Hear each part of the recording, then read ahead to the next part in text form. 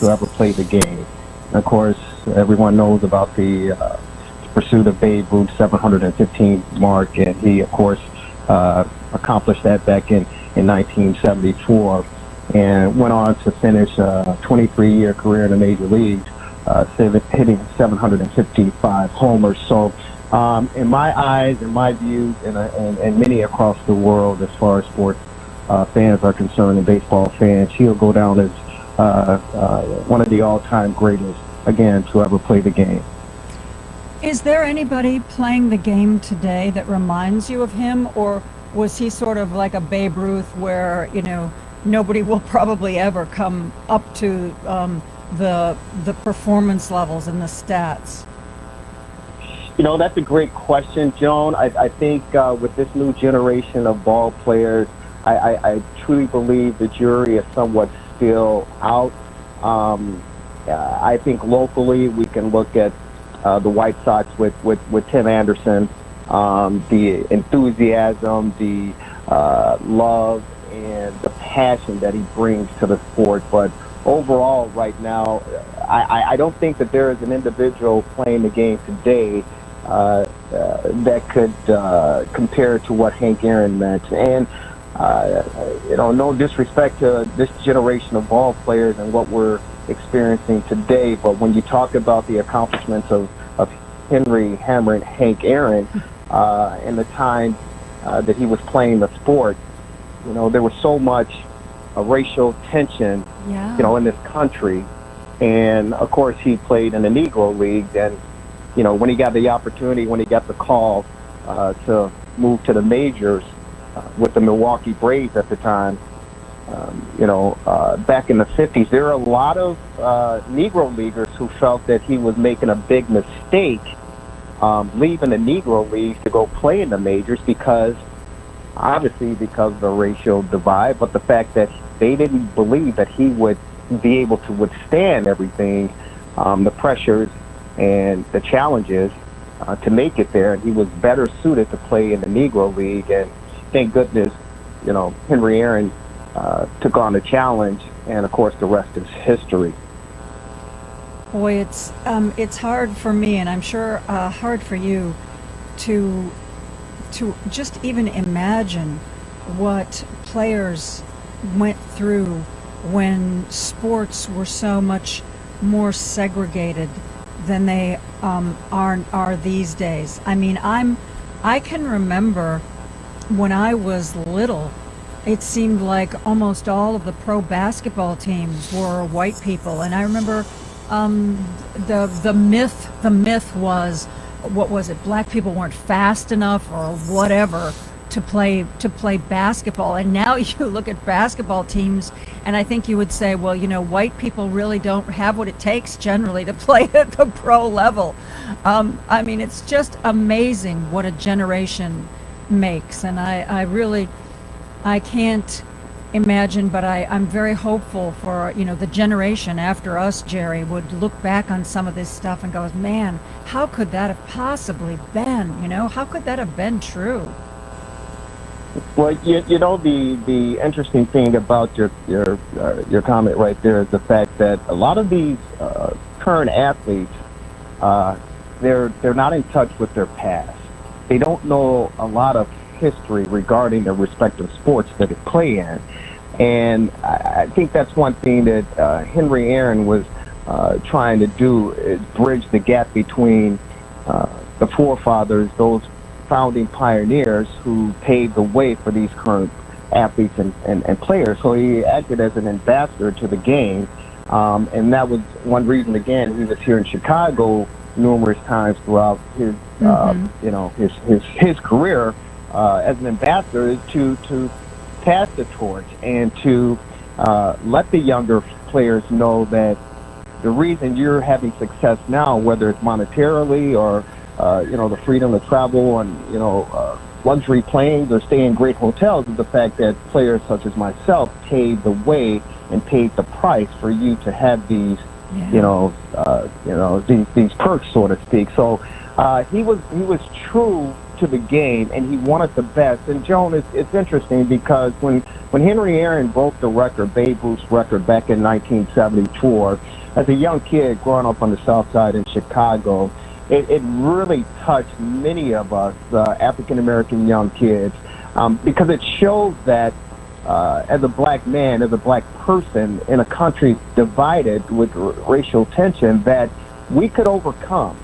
And I can vividly remember when Al Downing threw the pitch and Hank Aaron cleared it out and the ball sailed over the fence in Fulton County Stadium.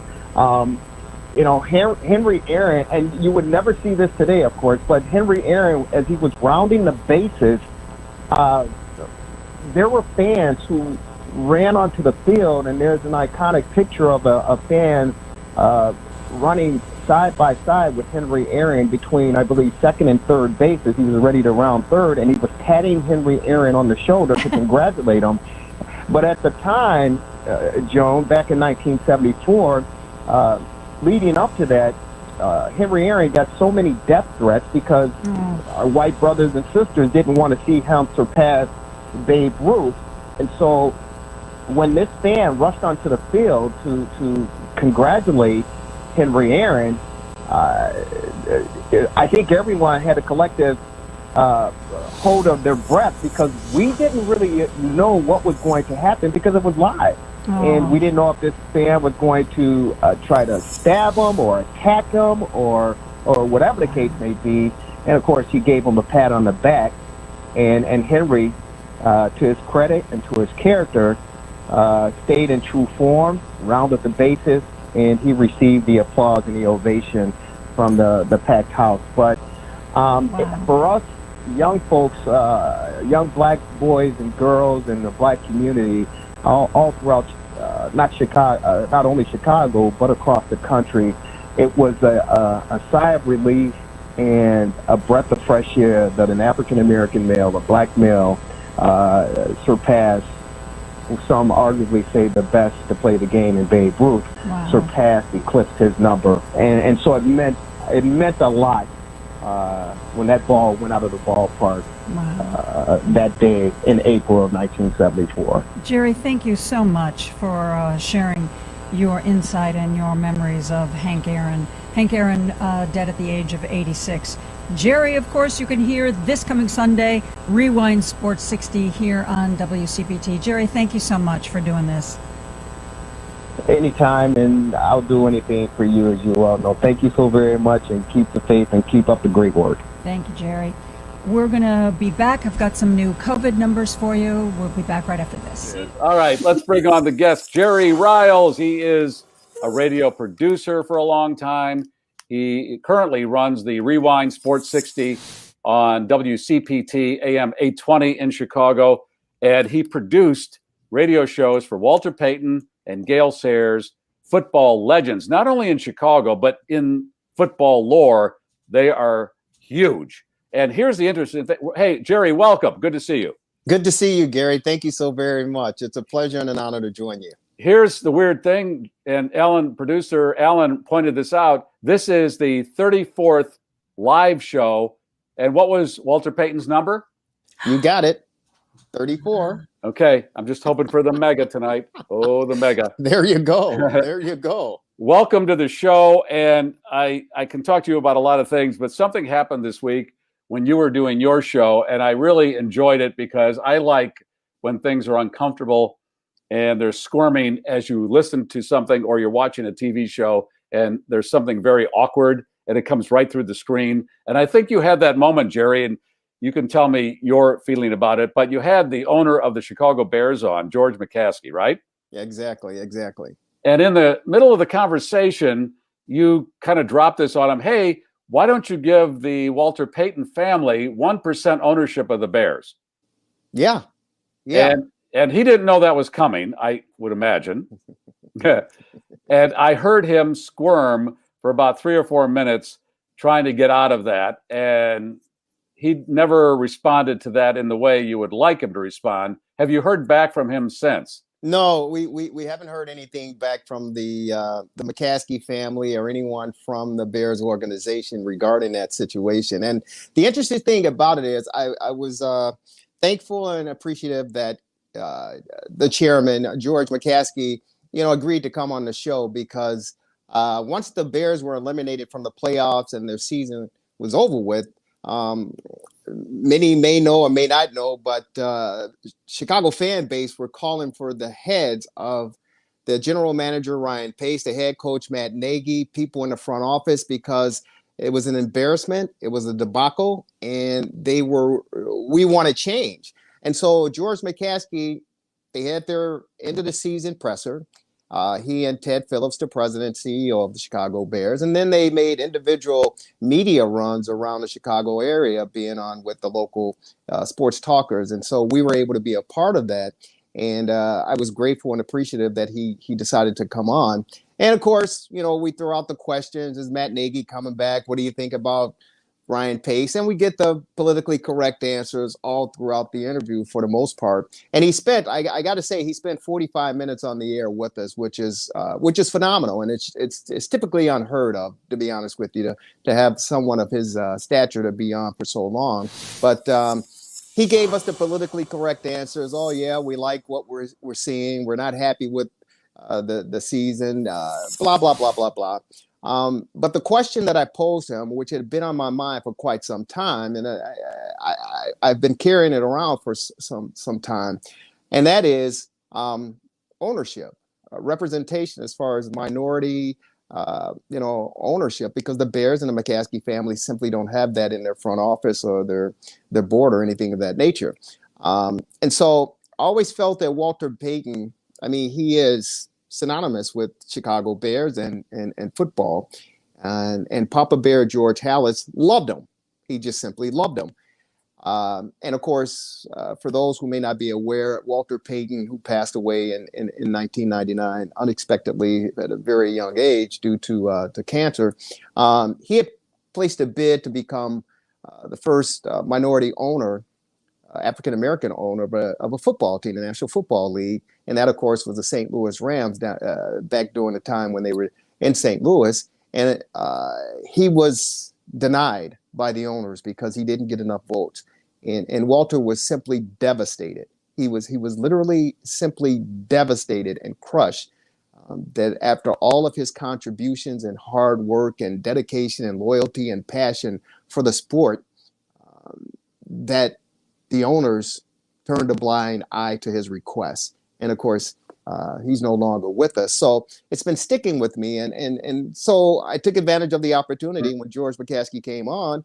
And after listening to all of this politically correct answers, I said, well, let's step out and tell him and ask him and see what he says. And initially, Gary, I was looking for 24% of the Payton family to be owners of the Chicago Bears franchise, but I knew it was a little bit too far outlandish. So I said, well, let me settle for 1%. And so when I posed the question to Mr. McCaskey, to George, as you just shared, he started backpedaling and he started, praising the Payton family and the contributions of Jarrett, the older son of Walter Payton, and of course Brittany, his daughter, and Connie, his wife. And he never answered the question that, that's something that we would look into. That's a great idea. None of that. And so my job was to get that out there. And I told him in the interview, hey, listen, it all starts with an idea. You put some legs on that idea, get some people around that idea, discuss it, marinate on it, and you see what happens. And as of a week, we haven't heard anything. So I was just happy that I had the opportunity to put that question to Mr. McCaskey. Do you think he thought, well, you ambushed me. I was not expecting this, and there's no way I could answer it with, oh, yeah, we'll give the Payton family 1%. I understand that. He can't make that decision on his own, I'm sure. But I can't imagine them. Well, here's the thing. Let me go back. This is something that they should have done on their own. I just think it's good karma. I believe in good karma. I think it's something the Bears should extend to the Payton family and say it's 0.5%. The Bears are worth, I think, $3.5 billion. Right. That's their value. Right. I don't think it's going to kill them if they give the Payton family 0.5%. Walter Payton was iconic to the Chicago Bears and to football. And they should use that as okay, the team has been crap for many decades. It's not just this last season. And they've been hemming and hawing about why it's bad and all this. But it's time to just do something that makes it all kind of feel better, and just do something in this department, because the team could be crap for another who knows how long. Yeah. Garry, that's a great assessment as far as this team is concerned. And to answer your first end of the question, I didn't take it as if he may have thought that I ambushed him, for the simple fact that he had spent 45 minutes on the air with us. And prior to coming on with us, I did ask him, is there anything that we should stay away from, or you don't want to address or discuss? And it was open forum for him. So I don't think that he felt ambush. I think he was certainly caught off guard, because we were going along with his Q&A as far as the politically correct answers to all the questions that we were asking. But I think he was surprised by the question in its own right. And I guarantee you, well, I can't guarantee you because my wife always say you can't guarantee, but I say 99.9% certain that he took that question back to Virginia McCaskey, Ted Phillips, to the people in place, and said, we need to think about this and kind of evaluate this thing, because the great Mike Singletary just interviewed for the defensive coordinator position for the Bears this past week. So that was an indicator for me that they're thinking about this. But as far as the Payton family getting a piece of, and you're right, 0.5%. It doesn't matter if it's 0.5%, 1%. I thought 3.4% for 34, whatever the case may be. This is something that the family themselves should have addressed and made happen. They didn't. It didn't happen. I think it's a step in the right direction for them, and it's something that they seriously have to consider and think about, for the simple fact that what Walter Payton means, not only to the city, but to the sport itself, the National Football League. And when you have the Man of the Year award every year to remember, in my opinion, the greatest football player to ever lace them up, the least that the Storybook franchise could do is talk to the family and ask them. They may not even want it, but ask them. We would like to give you 1% ownership of this team. There is no black ownership in the NFL right now. That's exactly right. I mean, you have, I think, a minority owner, but no African American. Garry, there are 6 head coaching positions open after the season, right? There's one more job to be filled. That's down in the Houston Texans. None of the 6 positions that have been filled were filled with African Americans. One by a minority, but none by African American head coaches who are looking for an opportunity. So as far as ownership is concerned, certainly there are no African American owners in the National Football League. Let's go back to when Walter Payton wanted to get the St. Louis Rams. How qualified was he as far as what you need to own an NFL team?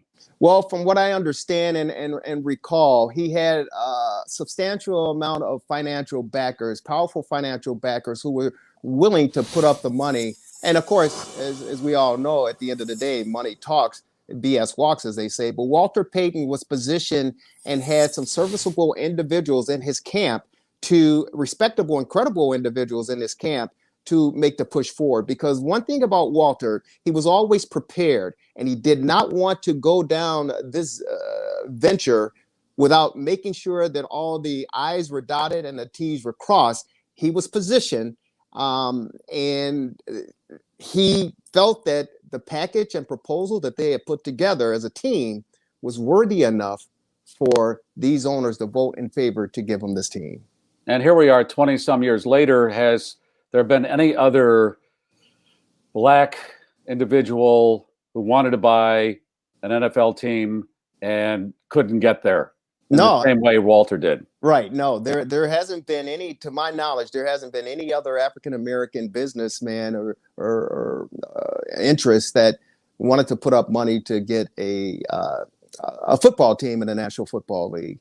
And it's unfortunate. It scares me, Garry, the fact that it's 2021 now. We're still talking about the inequalities and racial justice and everything that's going on in this beautiful country we call the United States of America. So it's really so disappointing and sad that we still have to even discuss these topics. And, when I was a kid, growing up on the South Side and, watching these teams and watching Walter Payton, and then getting the opportunity to work with Walter Payton and get to know his family and Jared and Brittany, and to still see in 2021 that there's no representation or anything outside of the Man of the Year award to honor Walter Payton. To me, as a fan, as a Chicagoan, as an African American, it's almost a disservice. Yeah. It's really a disservice. Steve just texted in and said, I think he should own 100%. His family should own 100% of the Bears.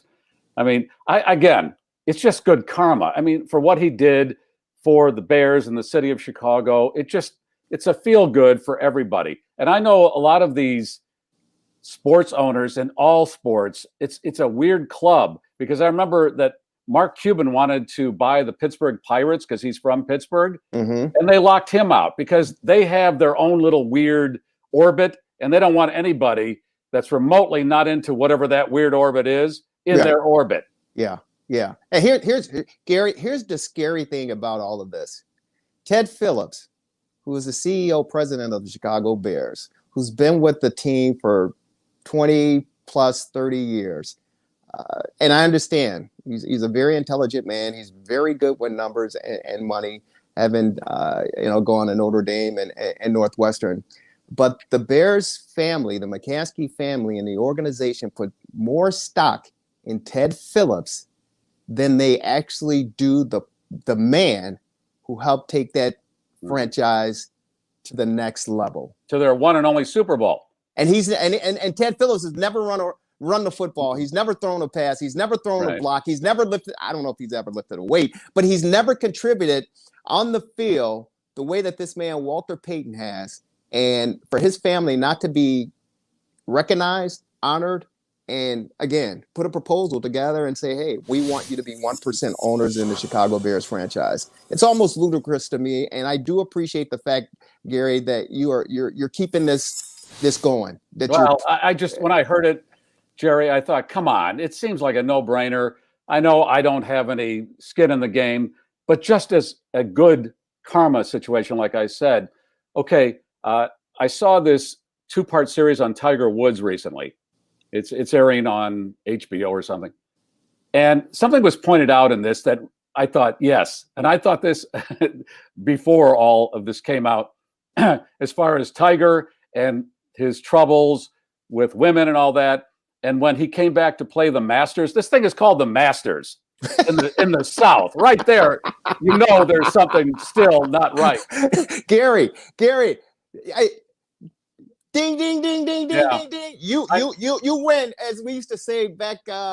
You're the caller of the show, even though you're the host of the show. Because think of when all this started unfolding in 2020 with the George Floyd and Breonna Taylor and all of this.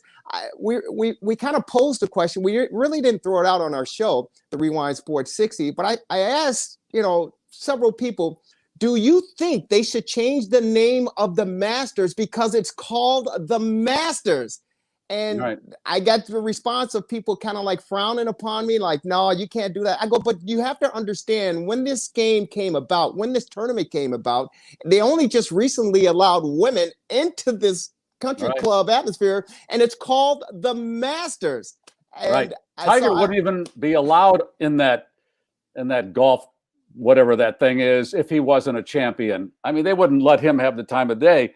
And the other thing I noticed is when he had the scandal and he came back to play the Masters, right about 6 months after, the guy that runs that thing, he had a press conference. They said, well, this is not the way we want our club represented, and he better shape. And I'm like, and Brian Gumbel was part of this, and he said, if that was a white player who did that, they would have never publicly beaten him like that. No. And it's true. This is none of our business, a lot of that. And I know I'm kind of one off from where you're at on this, but it's just weird stuff like the Bears, who have a park district running their field. Right. This is an NFL team. The Chicago Park District is in charge of their field. I mean, right there, it seems like it doesn't scream success to me. It doesn't. And again, we're talking about, a new era, and the Bears continue to practice their old way of business, and teams, organizations, they're running past them. And I give the example, as far as moving into the next, century, or the next era. And you look at what happened with the Chicago Blackhawks and Papa Warts, how he ran the organization. And now most of the finances, or the money that's made for the Warts family, is through their liquor distributorship.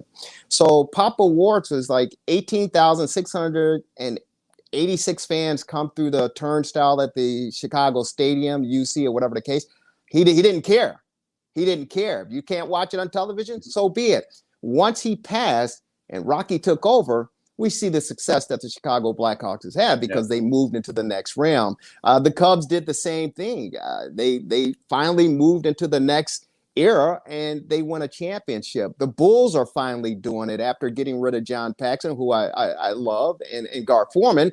But Michael Reinsdorf felt, hey, Dad, we got to move this thing to the next level, or we're going to lose. And they did that. So the Bears are the only team in Chicago, basically, that are still practicing old ways of doing business, and it simply won't work, and it simply won't fly. Well, speaking of the Bulls, they got rid of Jordan and Pippen when they probably still had at least 3 championships in them. Here's the analogy I make. That's like getting rid of Lennon and McCartney in your band.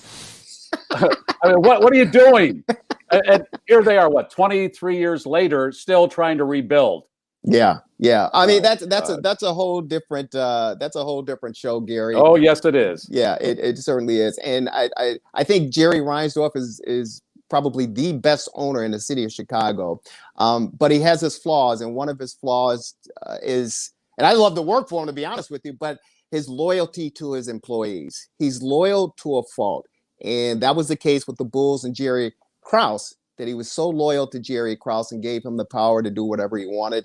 And that's where we find ourselves today, 20 plus years later, trying to rebuild a franchise that the greatest of all time, Michael Jordan, built. Yeah. All right. And it's 35 years since the Bears won a Super Bowl. Yeah. 35 years now. I mean, come on. Something ain't right. Yeah, it's unbelievable. I had a chance to send part of the interview to Fred Mitchell, longtime Scribe, award-winning Hall of Fame journalist here in the Chicagoland area, covering all ends of sports. And he applauded me and said, thank you, congratulations, and awesome. Because he understood and understands what it means personally as far as the family is concerned in the city, but what it means as far as race relations are concerned in this country and just in this city. And it was just something that someone needed to do and someone needed to put into place. And I guess I was the guy to pitch it to Mr. McCaskey. And again, I hope that it does not fall on deaf ears. No, so far, I don't see them all getting together. Oh, okay. How can we get that 1% of the Payton family? And I just figured after he was done with your conversation, he just went, oh, that was interesting. I'll forget about that. I hope it isn't that, but that's the way I picture it, picture the whole thing happening. Because when I see Virginia in the skybox eating the peanut brittle and the hot chocolate, she's almost 100 years old. Yes. Yes. Now George is what to Virginia? I don't know that whole Venn diagram of the McCaskey families. Yeah, I think that's like the grandson. He's the grandson to Virginia. Yeah, I believe that's exactly right. Yeah. Okay. Yeah. Okay. And here this weekend we'll watch Tom Brady, who went to another team, still in the playoffs. Aaron Rodgers from a smaller city, who's a marquee Hall of Fame quarterback, still in the playoffs year after year. Yeah. Here's the scary thing, and I pitched this to George, and again, he had a politically correct answer for it. I said, look at the Rooney family. I said, Pittsburgh. I said, they had 3 head coaches, and all 3 head coaches have won Super Bowls. Right. And their current head coach is a black head coach. Exactly. Yes. Exactly. And I go, look at the Green Bay Packers, from Bart Starr to Brett Favre to Aaron Rodgers, and his understudy is on the sideline. So the quarterbacking situation, they've been able to master that. But yet here in Chicago, we fall short of the quarterback. We fall short of the coaching. Garry, how do you fire an African-American coach who went 10-6, and you fire him because you wanted to go in another direction? And you're talking about Lovie Smith. They had a black, right. It's not like they didn't have a black coach before. They had one. He's 10-6. We don't like what you're doing. Oh, yeah. You'd rather be 4-12 or 8-8 or whatever the hell you are now. Yeah, and when I brought the record, this past year's record, to Mr. McCaskey, I said, the team finished 8-8. He corrected me. He said, "No, Jerry, we finished 8-9." Yeah. So he was proud of an 8-9 record, indicating that they went to the playoffs. But that was sufficient for him to say, "Hey, we were 8-9 this past season." Yeah. And in my book, that's not success. No, that isn't. Jerry, I hope you enjoyed the homage to Ohio State that Alan put together at the beginning of the show. I see you have your Ohio State stuff in the back there. Go Buckeyes! And your son is there now? No. He was there. I attended the great Ohio State University back in the. I just missed the Woody Hayes days, but back in the 80s, my son fell in love with the university, and he attended in the early 2000s. God bless him. And he, once he graduated, he went on and got his master's from Northwestern University, the Kellogg School of Business. And he and his beautiful wife are happily residing, guess what, in Humboldt Park in Chicago. And Humboldt Park has changed considerably. But I said, "Son, you want to live in Humboldt Park?" Now, for those who don't know Humboldt Park, explain why you're saying that. Well, Humboldt Park, again, when I was a kid growing up, we were terrified from the news coming out of Humboldt Park because of all the crime and the violence around that area. But over the years, Mayor Daley, the son, he was able to get in there and clean some things up. And of course, current mayor Lori Lightfoot is trying to spruce things up as well. So the neighborhood has considerably changed, but back when we were growing up, it was really, really a challenge just to even drive in the area, but it's changed considerably now. All right. Jerry, we will talk down the road. If you hear from George, I'm not expecting that. Maybe you are. We'll talk again about this, but keep it going. I love the idea. Oh yeah, we'll certainly keep it going. I thank you so very much. It's a pleasure. And if we don't hear from him, that's fine. But I truly believe, and again, with Mike Singletary getting an interview as a defensive coordinator for the Bears, to me, that's an indication that they're thinking about it, and it's a step in the right direction. So we'll certainly keep you posted, Garry. And thank you, and keep up the great work that you're doing. Thank you, Jerry. Appreciate it. Jerry Riles, ladies and gentlemen.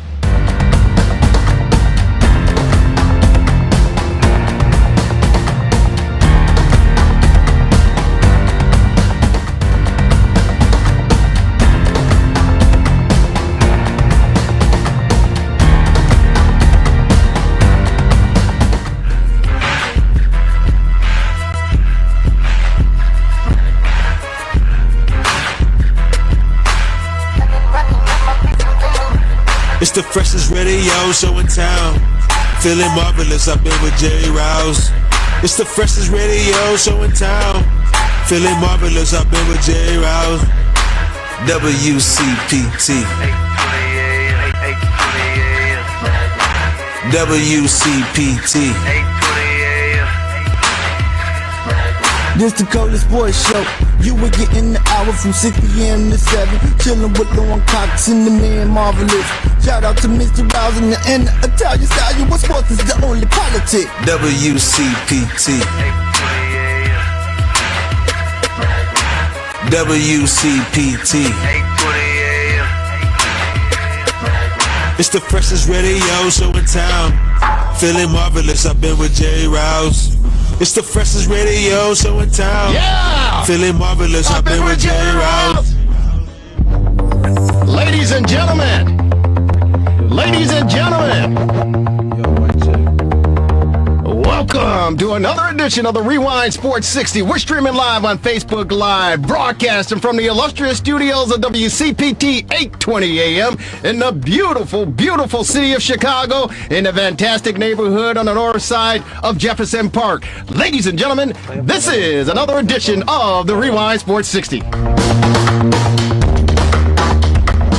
Strap it down, the fastest hour in sports conversation. Yours truly, Jerry Riles. We got some banter going back and forth. We got a full house, ladies and gentlemen. We got a full house. So we want you to be a part of this full house extravaganza. Our number is 773-763-9278, 773-763 WCPT. Fastest hour in sports conversation. Let's get right to our illustrious panel, ladies and gentlemen. You love her. We missed her. She is the matriarch. Is that how you say it, matriarch? Yeah, that's how you say it.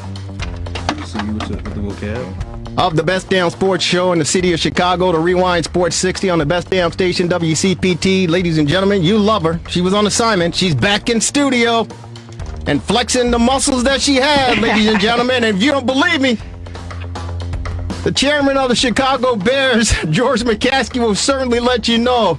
Lauren Cox is in the house flexing muscles. What's up, Lauren? How are you? What's up, everybody? I missed you guys. We missed you dearly for sure. How are you? How's everything? I'm much well.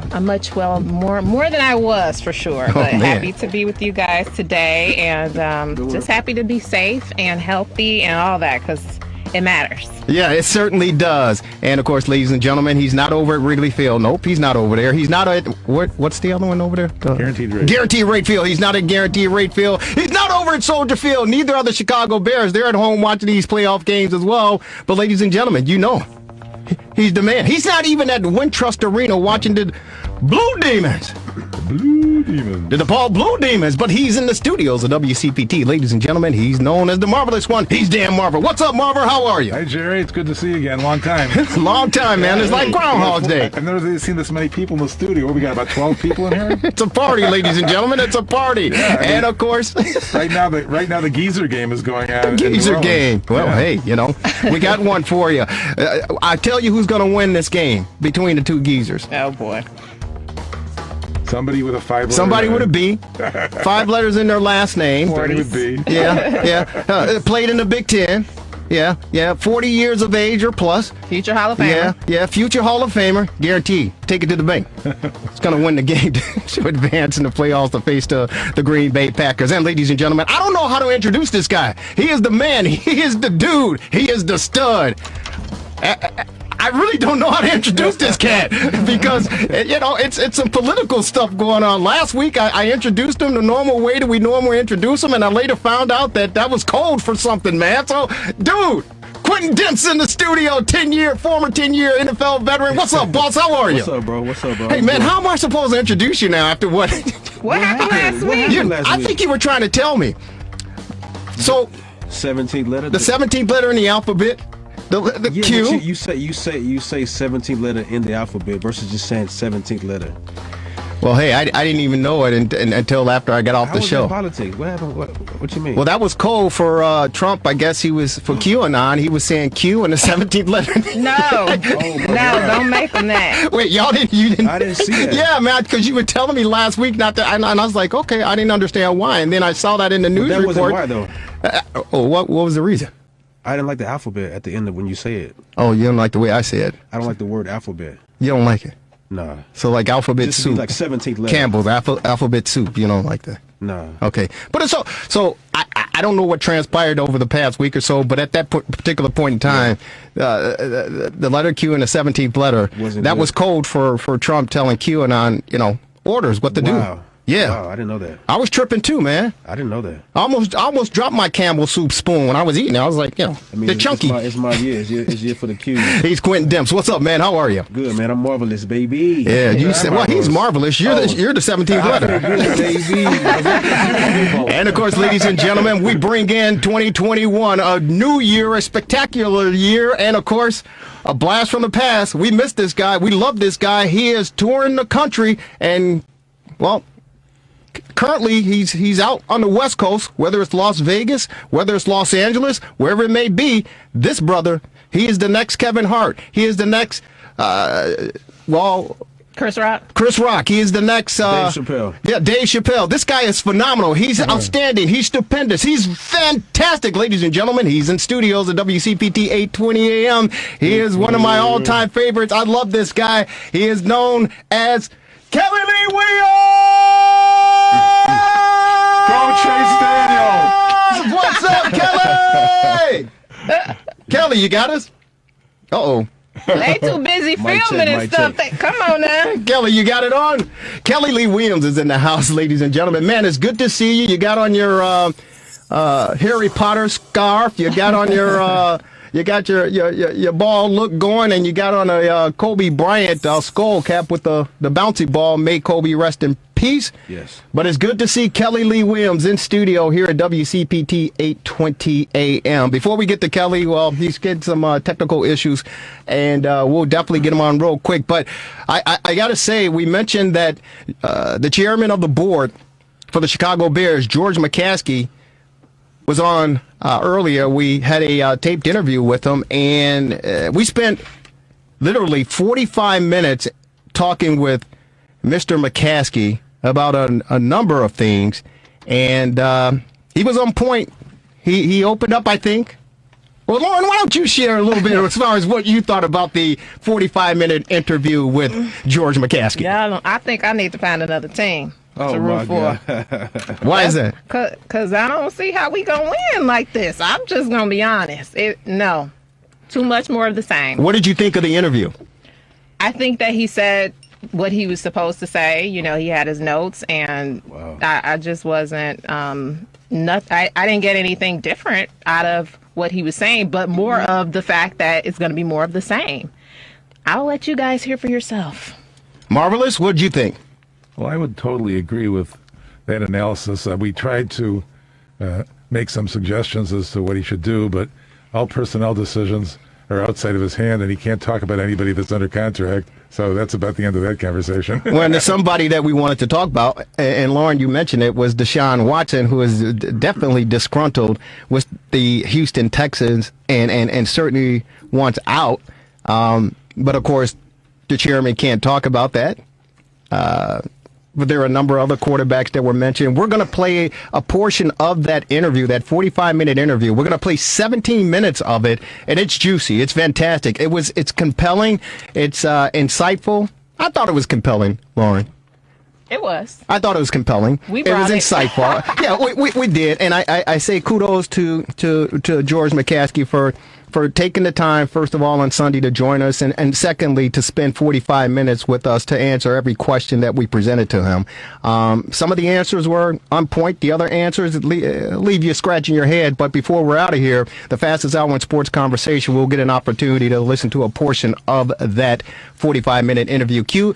Can I just give Jerry some love right quick? I mean, not Jerry, but George some love right quick. Well, you can always give me some love, bro. George and I went to a Lecrae concert a couple of years back, and we jammed out and we had a good time in the back, man. So big love to George, man. So Get it was your personal relationships out of here. Hey, this ain't got nothing to do with. so it was interesting when you shared to that. a concert with a couple players, man. That says a lot about him and his character, man, for real. So it was you, the great Quentin Dent, Sam Macho. Went to a Lecrae concert, the House of Blues. Down, we picked him up from his house. We came in his house. We all went down there together. You know what I'm saying? We ride in the car, just listening to music, chilling, talking and stuff.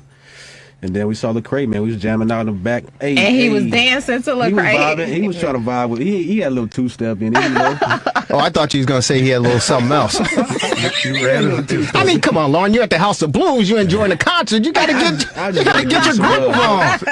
You were at his palatial estate? Yeah. Wow. So you got a chance to hang out at George McCaskey's joint. Yeah, for a couple minutes, man. Yeah, at least one of them. I'm sure it was a modest one. Did you have to drive through the guarded gate and everything? Nah, we didn't go to that house. Oh, y'all didn't go to that one. Nah, it was tucked away. Okay. Yeah, tucked away. Okay. All right. Did you see Virginia? Nah. Mrs. McCaskey? Nah. Dude, I didn't know this, and I don't know if she's Well, I guess I can say it. He said 98 years of age. Crazy. That's crazy. That's crazy. No excuse. We all can work and do what we got to do. And she doing what she doing in 98. I don't want to hear no excuse. Let me tell you something. I hope that I can make it to be 98 years of age and I can work, believe me, because, I don't want to be eating. If I'm eating oatmeal, Lauren, I want it to be my choice. If I'm eating oatmeal at 98, I want it to be my choice. Kelly Lee Williams! Where is he? Tap in. Oh, he's over there. Yeah, that room's dead. Hey, man, how are you? Dead room. I'm absolutely fine, Jerry. It's awesome to be here. Sorry, I'm on Quentin Demp's mic. I'm on a mic with Quentin Demps. Hey. Oh, dude, I am a Bears fan from way back, all the way back, late 85 Bears. And before that, Walter Payton, man. It's just an honor to be sitting here next to you, dog, because I know that when you get you put on that uniform, you put your heart and your soul on that field. Absolutely. And every single one of you do that. And just to be sitting next to you, dog, I'm like, I feel like a football player. Not quite, but I feel a little bit. I got you. So, Lauren, it's great to see you. It's great to see Marvelous. Jerry, man, I am so proud of you. I am so proud of you. You know they're trying to run you out of here with pitchforks and torches. They don't want no brothers to be here. No. It wasn't me they were trying to run out with pitchforks and torches. They were going up to Hallis Hall. Oh, were they? Yeah, they were going up there. They were taking the Edens Expressway. Right. And they were branching off to 294 to Tri-State, and they were heading. They were going. They were on their way with the pitchforks and everything, man. Well, it's like a little 15 years too late. I mean, it should have been done a long time ago. We still need to be doing it. Are you kidding right now? There's an actual quarterback available right now, Deshaun Watson, right now. I mean, the one the Bears should have drafted. They should have drafted. Here's your chance, but they're not going to get him. Eric Bieniemy, best signal caller, he's available. It seems all these other loser franchises, they don't want to give Eric Bieniemy a try. Robert Saleh, really? Jets? Incredible. He should be a head coach, the next head coach. Bears should go hire Eric Bieniemy, get Deshaun Watson. This is a freaking winning team overnight. The thing about our interview with George McCaskey is that he said at point blank that the combination of Ryan Pace, the general manager, and Matt Nagy, our head coach, that they're did he use the word excellent? Yeah, I believe so. Glowing reviews. Yeah, he said it's an excellent combination to have those two. Ryan Pace. Those two. And Ted Phillips. Not Ted Phillips. Matt Nagy. Matt Nagy and Ryan Pace. That's an excellent combination to get us to where we need to be. And where to be is consistently in the playoffs and eventually the Super Bowl. Is Bill and Ted not available? Because obviously we can find a better combination of these two. I mean, I don't see that. Jerry, come on, you see this. You know that this is not working. You know, we Bears fans see this. They see that they're not really going for the top talent. If they were, Lauren, what did he tell us? He said he doesn't have anything to do with that. But he loved Mitch off of the field. He talked about Mitch off the field. Oh, man, he has so many accolades for him off the field. And I'm like, this is football. We want to know what he's doing on the field. We all see what he's doing on the field. And Q, guess what I told him? What? I go, wait a minute. Wait a minute. He's a great guy off the field. I mean, he smiles, he's nice, he waves. I go, well, wait a minute. I can do that. I can do that. That's what Dennis can do that. And then he countered and say, well, Jerry, can you throw a football down the field? I go, well, wait a minute. That's a trick question now. That's a trick question. But if you ask me to hand the ball to David Montgomery, I can do that. Yes. If you ask me to throw a flare out to Mooney, I can do that. Now, if you want me to throw the ball 50 yards down the field, give me a couple, let me warm up a little bit, get the shoulder going, and I can do it. Well, Trubisky can't do that either. You need some stem cells or something. You can do it, Jerry. You can do it. Yeah, but I mean, Lauren, she hits it right on the head. The fact that, and we understand. And the Bears have some issues with, a current player now as far as off the field antics are concerned. But we understand as Bear fans and media types that you want a good character individual away from the field and the facilities. You want a clean, well, I don't know if you want a clean cut individual, but you want an individual who is a law abiding citizen and not going to get in trouble. And so we get that. But the reality of life is, it's life. And people are going to, especially when you talk about a 21, 22, 28, 30-year-old, hell, you talk about a 60-year-old mug. But for the most part, if you're talking about these athletes, and Q, elaborate on it, you're talking about a young group of individuals age 21 to 31 on average, making the most money they've ever made in their lives. Yeah. And you're saying, okay, practice is over with, film study is over with, whatever the case may be. Go out and we want you to be responsible. Yeah. But, dude, that's a tall task order, especially in a major city like Chicago. Yeah. And so players are going to be human because that's who they are. So to tell us, well, we want a clean-cut character, individual and someone we understand that. Yeah. But people get in trouble, man. I mean, you want the best of both worlds. You want somebody that's clean-cut that can also play too, but you got to you got to like pick a side. You got to like, take the good with the bad. You know what I'm saying? Like most times and So what was it like for you though? What was the position too? Like at quarterback, you definitely want somebody that's like that off the field, right? Right. But if you got a cornerback who kind of messes up a little bit here and there, it's more lenient. But if you got a quarterback, the face of the team, you definitely want a guy that's like really, really good off the field. But most positions is just like hit or miss. Yeah, but the problem for us, and feel free to jump in. The problem for us is that again, we're sitting home watching the two, arguably two of the greatest quarterbacks of all time squaring off, Tom Brady and Drew Brees. We saw, and wow, Patrick Mahomes, we could have had him.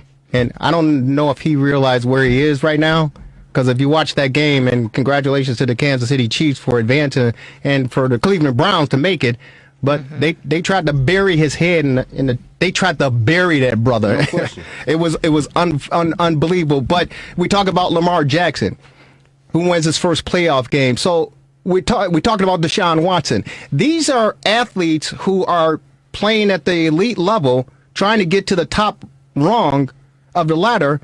And as far as off the field is concerned, I would classify those guys as character guys who I'm proud to say, hey, they wear our uniform. But for whatever reason, it seems as if the Bears, I don't know if they're wearing rose-colored glasses or what the case may be, but to put Mitchell Trubisky in front of us and tell us he's a great guy off the field,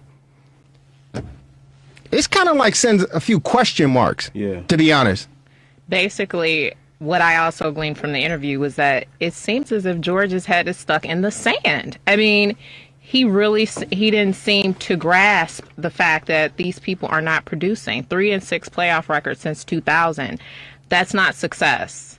In no shape, form, or fashion. So I feel like it is what you're saying. He's not looking at this the right way, and their decisions that they're making stem from that. It's unbelievable, Marvelous. And we gave the example, and again, we'll play 17 minutes of the 45-minute interview in this second half hour, the fastest hour of sports conversation. But I kind of like rattled off the other franchise organizations here in Chicago as far as what they were able to do. Of course, the Blackhawks with the addition of the female player personnel woman that joined the franchise to bring some diversity. But the fact is, the Blackhawks made some changes, some key changes, and of course they win multiple titles. We see what the Cubs were able to do by making changes and winning a World Series title. We see what the White Sox are currently doing, and I got to get my arm back here.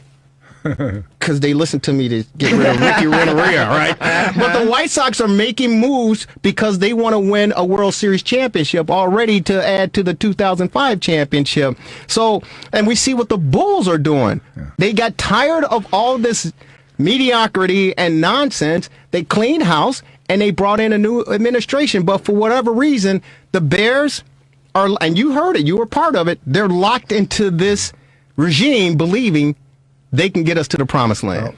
Well, unfortunately, we weren't talking to the person that's going to be making personnel decisions. And, I mean, you could talk about a lot of quarterbacks that are out there. I don't think they're going to pick up Colin Kaepernick, for example. What? Are you kidding me? Stop the presses. But so in terms of the interview, his answers are pre-prepared for the most part. I mean, actually, there were a couple of things that came out that were, where you kind of got him a little off guard, as you will hear coming up. But so stay tuned for it. Nobody else had that. I'll tell you that much. Stay tuned for it. In general, he's been talking to the press all week, so it was just another day at the office for him. Yeah. As far as I'm concerned, the bottom line is they make money, so maybe it isn't that important to to do the things that need to be done, unfortunately. Well, I mean, that's the way it appears, and I believe the Blackhawks were like that before old man Wirtz passed away, and may he rest in peace. But when Rocky took over, we've witnessed a transition that led to a title, we were speculating multiple titles. What might happen at the point in time when his mother passes. Well, we're not looking. Again, God bless her, 98 years of age. That's fantastic, and we're not suggesting anything like that. Only thing I'm suggesting, and we talked about it, Q, is the fact that we're in the 21st century now. It's 2021.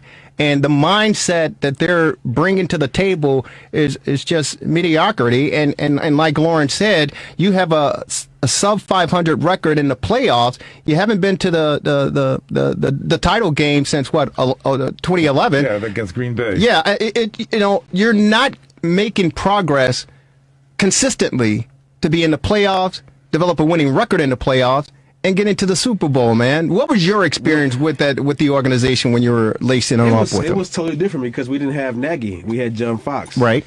And I love Fox to death, right? That's my man, 100 grand.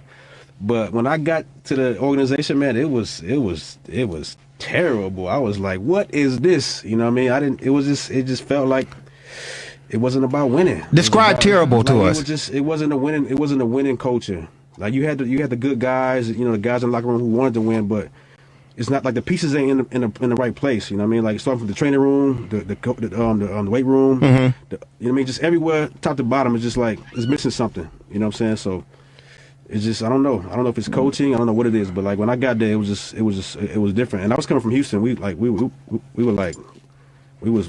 on. You know what I mean? So I kind of regret coming now. Like it was. Really? Yeah, it was just I don't like it. I was depressed. It was bad, bro. You know, it's interesting because Brandon Marshall was let go of his responsibilities for the Bears, and one reason being, the main reason we speculate is the fact that he verbalized exactly what you're sharing with us now, that there was the culture was bad. The culture was bad. And he was trying to as most athletes would do, try to rally the team together, try to rally the locker room together, and he was looked upon, based on what he shared, he was looked upon as being a cancer in the locker room. Wow. And so the Bears felt that they had to get rid of him because he was calling out Jay Cutler. Yeah. I forget who else he was calling out in the locker room, and he was calling them out after, I forget what the loss was, but at the time he was calling them out, cussing them out. Yeah. The door flung open and the media was there, and they heard most of it and saw what was going on, and of course reported on it. And the brass, the Bears, they said we didn't like that. Yeah. They ended up getting him out of town. So he was relieved. Now listen to this. He was relieved after watching this team, this 2020 season team, lose 6 in a row. And the finger pointing starting to happen. He said, I am happy to get this off my chest because I've been saying this all along, and that's why I'm out of Chicago, because of what's going on now. The culture, despite what Nagy says, and we're going to rally behind each other, he said the culture inside the organization is still negative, and he tried to share that. They didn't like it, and they cleaned house and got him out of here. I mean, I could say the same thing, too, because they cut me after 1 year.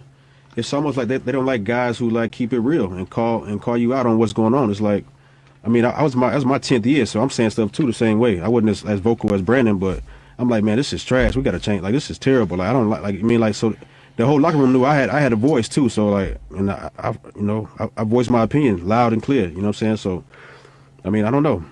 So. With your 10-year experience, and this is the Rewind Sports 60. It's a panel of Jerry Riles, Lauren Cox, the Marvelous One, Dan Marver, Q, the 17th letter.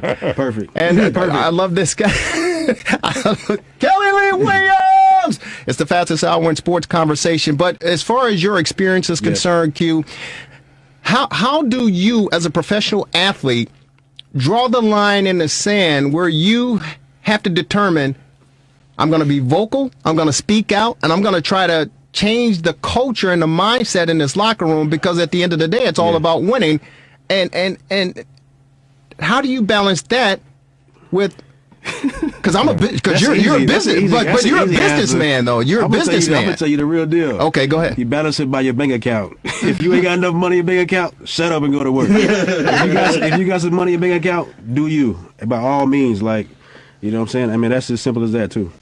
Like, real talk. I can't say, like, if Brandon Marshall didn't have that much money, I'm not sure how vocal he'd be. Same thing with me too. Like, you know what I mean? Like, at some point you got to just be quiet and play your role. But once you become a leader and once you get your money right, like, you can voice your opinion a lot of times. We asked him about that too, about the culture. I asked him, so you guys will hear what he said. But obviously, it's a problem from the top. I think that that's the issue, in terms of energy and it's transferred to the fan base. I feel like the fan base is really resigned. He didn't think so, but that energy, it starts from the top, and that's the issue. Yeah, Jerry, would you say that the problem has been since Lovie Smith has left? Yep. I mean, this culture, the coaches have changed. The coaches have changed. The culture remains. The culture has not changed whatsoever. The McCaskies are not changing anything. They're just in their 19th, 20th century thinking, like you were saying. And we see all these wonderful quarterbacks, running quarterbacks. And the last running quarterback that the Chicago Bears had was Vince Evans. And I don't think that the Chicago Bears are going to get any more running quarterbacks until they sell the team. Trubisky was a runner, right? Who? Trubisky. Stop it, man. Stop it. Come on, man. Stop it. Don't forget Stop it. It's like Chase Daniel. Chase Daniel. Don't forget Bobby Douglas. Yeah. That don't count. Absolutely. Hey, Q. Hey, check your rushing yards, man. Hey, Q. Trubisky is a running quarterback. He's a running quarterback for his life, brother. He runs on the way to the bank to cash that check. That's my man. My goodness. No. Hey, here's Mr. Trubisky. He's like, man, I got these many zeros on my check. Golly. Something must be wrong. Let me cash this before they change their mind. Real quick, you talked about Lovie Smith, and we're going to get to this. We're going to get to the interview real quick. But you talk about the head coaches as far as the Bears are concerned. Dick Joran from 1999 to 2003. Lovie Smith 2004 to 2012. Okay. And he got fired with a 10-6 record. 10-6 record. It's unbelievable.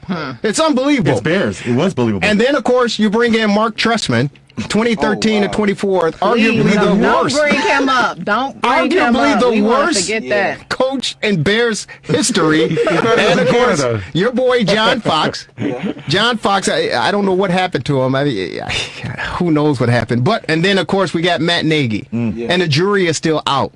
The jury is still out. No, it's not. Yeah. No, it's not. Lauren? We wanted him fired. We wanted him gone, the whole regime. A couple years ago. That was a couple of years ago. Yeah, and we said smoke and mirrors because they had an easy schedule, right? It's a COVID-19 year, though. Y'all forgetting that. Other people I went in during COVID. Let's have some grace on the Bears, man. He was canceled. They Doug get no Peterson won grace. the Super Bowl 3 years ago, and he just got axed. Boom! Yes. That's true. Well, gentlemen, ladies, Dang, we're going to get into this. We're going to get into this. Lauren will set it up real quick. But before we get into the interview with the chairman of the Chicago Bears, George McCaskey, real quick thoughts, reflections on Martin Luther King, his holiday celebration. He would have been 92 years of age had he still been with us today. Kelly Lee Williams, we'll start with you. In a nutshell. Oh, we live in a land where we're all God's children, black men and white men, Jews and Gentiles, Protestants and Catholics, will one day join hands and sing in the words of the old Negro spiritual. Free at last, free at last, thank God Almighty, we are free at last. Yes. Thank you. Q? Yeah. I was actually like jamming him on the way here. Like, I listened to a couple of speeches on the way here. He talks so good, like yes. Like he took his time and pronounced his words. Yeah, you know what I mean. So rest in peace, man. Much love, much respect, for real. Marvelous. Well, I don't think his dream has been fulfilled yet. And I do an impression too. I have a dream. Come on now. Good. I know. All right, Dan. Next. Lauren? For me, I think about how inspirational he was and hope. And that's what we need now, hope and inspiration versus inciting, which is what our current president did and is doing. So I think about hope and that inspiration, and we all need much more of that today. Yeah, it's interesting for me. Thank you so very much for sharing, everyone. It's interesting for me because I'm 58 years of age. It's 2021. And I obviously remember back when Dr. King, I don't remember vividly, of course, but well, the point being is that the struggle continues. And that's sad and disappointing to me because I'm a grown man with kids who are more or less grown, and the struggle continues. And for me, there's something wrong with that picture. There's something definitely wrong with that picture. And you talk about listening to his speech, Q, you're absolutely right, because when I listen to it, if I'm driving in a car, honestly, I want to get out the car and start running. Yes. Because it's so powerful. It's so powerful, that quick. And the fact that he spoke truth from the heart, and he didn't care. But what gives me hope, and I believe we're really there, based on everything that we've experienced in 2020, and especially with what happened at the Capitol, when he said in his last speech, I may not get there with you. That's the one I heard. I may not get there with you. Yeah. But I want you to know tonight that we as a people will get to the promised land. Yes. When all of this stuff started happening, I said, okay, we're there. The reckoning is here, Jerry. We're there. We're here. And ladies and gentlemen, those of you listening to WCPT 820 AM, the Rewind Sports 60, listen, it's got to happen. Everything that we're experiencing and seeing, it must take place. But you have to stay focused. You have to pray up, stay prayerful, keep the hope, and let God's will be done. That's it. Let God do his work. Yep. That's all you have to do. Now, all of you fools out there running around, going crazy, screaming, ah! Hey, listen, you better get right with yourself. But when Martin Luther King, that resonated with me. I may not get there with you, but we as a people will get there. We're on the move. I've been to the mountaintop. Yes, sir. He said, I've been there. He's been there. Yes. It's over, ladies and He was gentlemen. prophesizing his own assassination, really. Pretty much. He did. Lauren, you want to set this up, George McCaskey? Absolutely. Chicago Bears chairman George McCaskey was on our show today, and I asked him about the quarterback situation, which we all want to hear about. So let's hear George's thoughts on the Chicago Bears quarterback. George, I want to talk about the quarterback situation here. Mitch, obviously, we don't know what's going to happen with Mitch, but in the event that he doesn't come back, are you open to a possible Watson trade? Sam Darnold is on the table in terms of possibly being able to come to Chicago. Derek Carr, we've got some free agents. Ryan, Dak, Phillip Rivers, we don't know what he's going to do. What are your thoughts on the quarterback situation in Chicago, and are you prepared to make some changes such as that I mentioned before? Well, all of that, Lauren, is going to be part of, as I said, our end-of-season evaluation. And again, Bears fans should feel good that I'm not involved in the decision-making as far as player personnel decisions are made. I'll say this about Mitchell Trubisky. I can only speak to him off the field. And off the field, he is an outstanding young man. He works hard. He has a passion for the game of football. He loves the game. He loves his teammates. His teammates love him.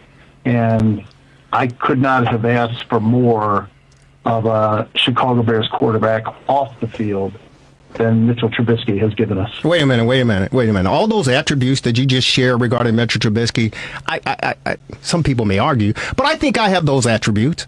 I really believe I had those attributes, George. You think that I could come in and suit up? Quarterback, Riles? Well, I think, you know what, George? I think I can grab the football and dump it over to David Montgomery. I think I can do that. I think I can flare it out to Mooney. I think I can try to do that. And if you want me to go deep downfield, maybe a 30-yarder or 40-yarder, you know what? If I get my arm loosened up a little bit, I think I can get downfield. I might just be able to do that for you. Well, I can always count on when I'm sitting in the stands watching the game.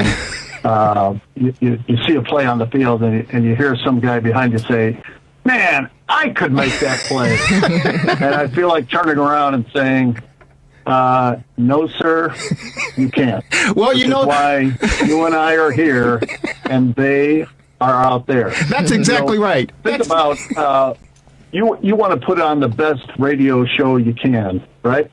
Sure. And you come to work every day to excel. Well, how would you like it if there were somebody on the other side of the board who was doing everything he could to make sure that you did not have a successful show? You know, he was, sabotaging the computer, the cart machine, whatever you got going over there. Everything that you were trying to do, he was doing his best to make sure that that didn't happen. It's not as easy as it looks. I understand we need to play better. I understand we need to get more wins, and that's our goal. You know, George, this is Dan again here. I know that when you talk about player personnel, it's really going to be in the hands of Pace and Nagy. So, I mean, you're not going to give us specifics, nor could you at this point, as to what might be done. But Lauren mentioned a number of different possibilities which could happen, and I'm sure that you would approve of anything that would make the Bears better. But so, I mean, I guess you can't speak to specifics. Wouldn't that be true? It's all up to Pace and Nagy, isn't it? Yeah, well, I can't talk about specifics for a couple of reasons. Number one, Lauren mentioned at least one player who is under contract to another team, and it's not it's not permitted for personnel from one team to talk about whether or not they would like to have somebody who is under contract to another team. The commissioner kind of frowns on that, and he makes his disappointment known in the form of monetary fines. Yeah, he does. He does.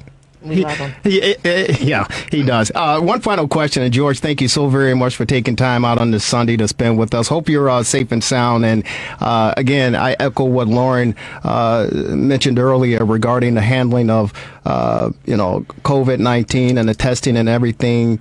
That we've endured this past year. And I honestly was really surprised. I was one of the negative individuals with the glass half empty. I didn't think that we would get through a full NFL season, let alone get to the playoffs. And, hopefully, it looks like we're going to a Super Bowl. So I commend, despite the positive testings and things that have taken place, I commend the overall execution as far as the Bears organization and what you guys have been able to do up there to protect these players and keep things rolling all season long. So thank you so very much for that. Well, I appreciate you saying that, but it's really a tribute to the players all across the National Football League. We're so impressed with our guys who did what was asked of them in terms of testing, physical distancing, mask wearing, proximity tracing, and then to exercise the personal discipline away from the facility that is necessary to make sure that they were available day in and day out to play games. It's just extraordinary when you look at some of the problems that are already occurring as the NBA and the NHL try to resume play, and hopefully baseball very soon. This is a very, very challenging environment, and I think our guys did a great job coping with it. They certainly did, and you had great people up there helping out as well. One final question, and again, we appreciate you, staying with us and taking our questions and giving us the most candid and honest answers that you could. This is what I'm pitching for.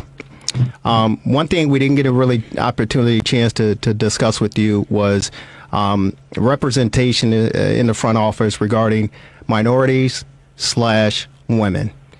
We've seen what the Blackhawks just recently have done. We've seen what the Bulls have done, as far as their front office is concerned. Of course, Kenny Williams over with the Chicago White Sox, the position he's been in. As far as the Bears are concerned, are there any thoughts to elevate a minority/woman into a decision-making role, whether it's assistant vice president of player, operations or whatever the case may be? Is there anything on the horizon regarding more minority representation in the front office of the Chicago Bears? Yeah, that's a great question, and I'm glad you asked it, because it was about this time last year that we engaged the Kaleidoscope Consulting Group, which is a diversity and inclusion firm, to help us through this process. We've had some great discussions. We had a real meaningful all-staff discussion after Julie George Floyd was killed last spring. And we've had focus groups among the staff and leadership interviews. And the Kaleidoscope Group is helping us work through this process as we move forward. And the way it's been explained to me, it's not simply representation in terms of numbers, as you mentioned. It's people in leadership roles, and it's a culture of acceptance and tolerance. And that's all something that we need to work on. We want the Bears to be a model in this area. And we have our work cut out for us. We have a lot of work to do. And we're looking forward to the challenge. Real quick, and thank you. Very, very well said. But I'm going to help you out here before we let you go. You don't need Kaleidoscope. You can use them, and they can be a source of reference for you. I'm going to give you a few names that I certainly know will do an impeccable job for the Chicago Bears organization that will reflect the leadership in the organization and the results on the football field. You ready for them? You ready, George? I've got pen in hand. There you go. You know all of these people pretty much for the most part. Bruce Herron is the first name I'm going to give to you. Bruce Herron, and I'm serious about this because he's been interested in the past to work for the Chicago Bears, a former linebacker, number 51, back in the day, played with the great late Walter Payton, but he was interested in a player personnel position with the Chicago Bears. I don't know if you would reach out and extend a phone call to him and say, hey, we'd like to sit down and talk with you, maybe see if there's a assistant player personnel position for you or something of that organization. But I believe Bruce Herron, with his experience, with his knowledge, and his Chicago roots, would be a great candidate to at least call, sit down, talk with him, and pick his brain about moving the Chicago Bears front office organization into the next realm. And this is another one. The Payton family. Before you leave that candidate, I know Bruce Sluggo Herron very well. Yeah. I used to pick up his sweaty socks and jocks in the locker room back in the day. He and I go way back. But in terms of any individual, and here's another thing that Bears fans should take great comfort in. I don't tell anybody at the Bears who they have to interview. And I certainly don't tell anybody at the Bears who they have to hire. Right. Sluggo's a great guy, but any candidate would need to be interviewed and selected by Ryan and his staff in the personnel department. Okay, well, just let him. But who's your next name? So here's the other one. Now you have to be sitting down for this one. You have to be sitting down for this one because this is the blockbuster here. No. Here's the deal. Everybody loves Papa Bear George Halas. Because we only have to say why. But Grandpa Halas loved number 34, as we all do, Walter Payton. May he rest in peace. He has two beautiful children, professional people here in Chicago. Jared Payton over at WGN Channel 9, and Brittany, I believe, is she over at Fox or Channel 2, whatever the case may be. Listen, George, this is what I would recommend. Just me, Jerry Riles. I would seriously consider sitting down, Ted Phillips, sit down with Mama McCaskey, Virginia, and maybe drop a proposal to invite the Payton family in. You can even throw in Eddie Payton, Walter's brother, and offer them 1% ownership of the Chicago Bears, to have some type of minority representation for the Chicago Bears and the family.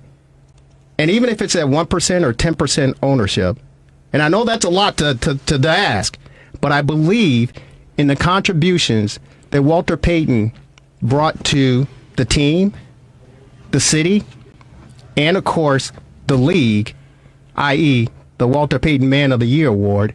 I think that's something that should seriously be considered with the Halas family and the Bears organization. And I would extend a proposal opportunity to the Payton family to entertain a 1% ownership in the Chicago Bears franchise. What do you think? Well, we think the world of the Payton family, Connie, Jared, Brittany, and so proud that they are still members of the Bears family after all these years. Just think the world of them.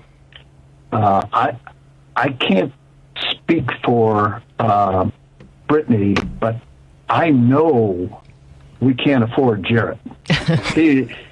That guy, his demands would be too. I'm kidding, of course. I have a great relationship with both of them.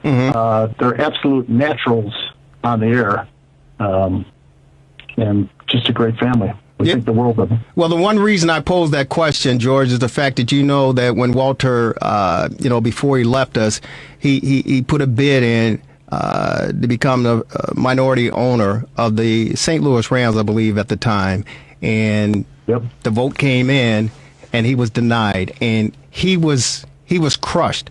He was devastated. And many of us were, especially in the black community, because of what he brought to the game. But he was devastated and shocked that the owners around the league did not consider him to become a minority owner in the National Football League. And so, we talked some 30 plus years later.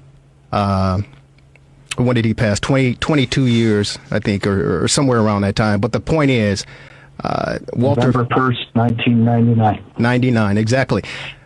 Those of us here who have followed this team since our infancy and our baby days, we truly believe that the Payton family deserves some type of representation or ownership in this franchise organization. I understand there's a lot that goes into it, but it all starts with an idea and a conversation. And so we want to just put that conversation out there for you, to marinate. And it doesn't have to happen tomorrow. It doesn't have to happen next year or, maybe a couple of years. But the point is, that's a conversation I think that truly deserves a little more discussion based on what that family means to the city of Chicago and the Chicago Bears franchise.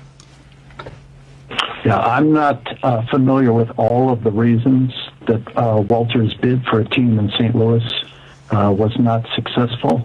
I know that we supported it 100%. Walter was a member of our board of directors so that he could be prepared for that eventuality if it ever came about. I'm sorry that it didn't, but Walter's place in the hearts of Bears fans and in our family is solid. I remember my mom, after Walter passed away, said that she and my dad promised themselves after Brian Piccolo passed away that they wouldn't get too close to a player again because it was too painful when Brian passed, and they were able to keep that promise to themselves until Walter Payton came into their lives. He just had an irrepressible personality. Once he decided that he wanted to be in your life, there was no denying him, and we're all the better for it. George, thank you so very much. We normally keep our guests 10, 15, 20 minutes tops at the most. The great Mayor Lori Lightfoot's been a half hour with us. You are well past that, and we want to thank you dearly for taking the time out of your busy I appreciate Sunday. all this time. I was told it was going to be about 10 minutes. Hopefully you can edit it down and maybe get maybe 30 or 40 seconds of usable material out of it. I think we can find something. George, thank you so very much. God bless you, and God bless our Chicago Bears. And we don't want to be like the Buffalo Bills. We don't want to be in the stands. Well, we like to be the Buffalo Bills, but I mean, we don't want to have to wait 100 more years to get back to the playoffs and to the championship game. We want another Super Bowl here. So roll up the sleeves and get the job done, and let's go. We beat this pandemic, and let's beat some NFC butt and get back to some winning ways here in the Chicagoland area. Thank you so very much for taking time with us. We understand the expectation. We're looking forward to the challenge. Go Bears. Go Thanks, Bears. George. Thank you so very much. God bless you, sir. Thank you.